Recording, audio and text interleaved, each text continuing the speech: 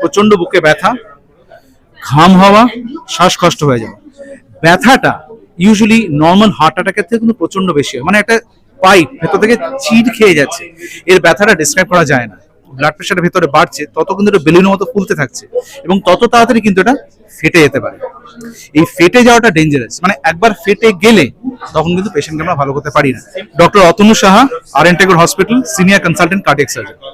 ওটা বেসিক্যালি হচ্ছে একটা মেইন পাইপ হার্টের, যেটা বেসিক্যালি ব্লাডটা হার্ট থেকে বের করে সারা শরীরে ছড়িয়ে দেয়, ইনক্লুডিং ব্রেন, হাতে, তারপর ঘুরে এসে পেটের মধ্যে, পাকস্থলিতে, লিভারে, সব জায়গায় ছড়িয়ে দেয়। এটাকে এওটা বলা হয়।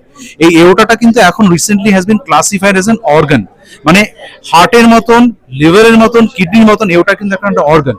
সো বুঝতেই পারছেন এর ইম্পর্টেন্সটা কি, বিকজ এর মধ্যে কিন্তু খুব জোরে হাই ব্লাড প্রেশারে রক্তটা সারা ছড়িয়ে পড়ছে। সুতরাং একটা বেলুন যদি মনে করেন বড় হচ্ছে, যত বড় হয় তত কিন্তু ওয়ালটা পাতলা হয়ে যায়। সিমিলারলি এওটার ক্ষেত্রে তাই, মানে যত এটা ব্লাড প্রেশারের ভেতরে বাড়ছে তত কিন্তু এটা বেলুনের মতো ফুলতে থাকছে এবং তত তাড়াতাড়ি কিন্তু এটা ফেটে যেতে পারে। এই ফেটে যাওয়াটা ডেঞ্জারাস, মানে একবার ফেটে গেলে তখন কিন্তু পেশেন্টকে আমরা ভালো করতে পারি না।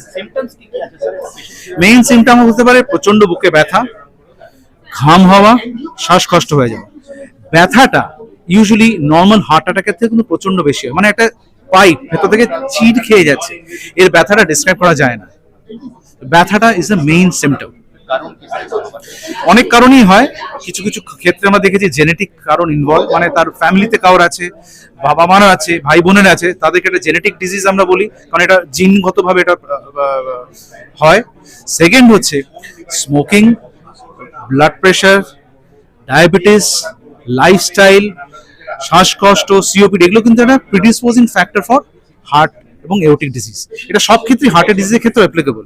সুতরাং স্মোকিংটাকে প্রিভেন্ট করা, ব্লাড প্রেশারটাকে কন্ট্রোল করা, সুগারটাকে কন্ট্রোল করা, কোনো যদি সিওপিডি থাকে সেটাকে কন্ট্রোল করা, এগুলো কিন্তু খুব important aspect of preventing the progression of aortic disease. Sir, কোনো পেশেন্ট যদি হঠাৎ রাস্তায় যদি কোনো অসুস্থ হয়ে পড়ে, সে কি করে বুঝবে এই ধরনের ট্রিটমেন্টটা বা তার অসুস্থ কোন হাসপাতালে এই ধরনের treatment?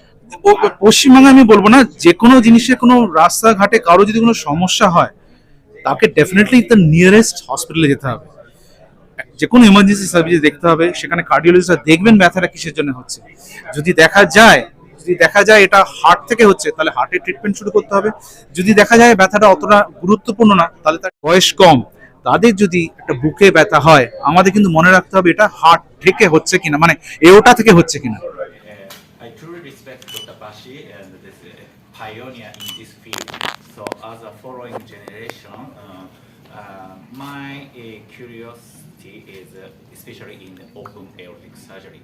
So depending on the increasing population, especially India, and aged population is also increasing. So, but aortic surgery is very complicated. It requires a lot of organ protection. We surgeon should know not only just heart, but also the brain protection, spinal cord protection, and organ protection. So in this setting, actually, if I can share my modest experience.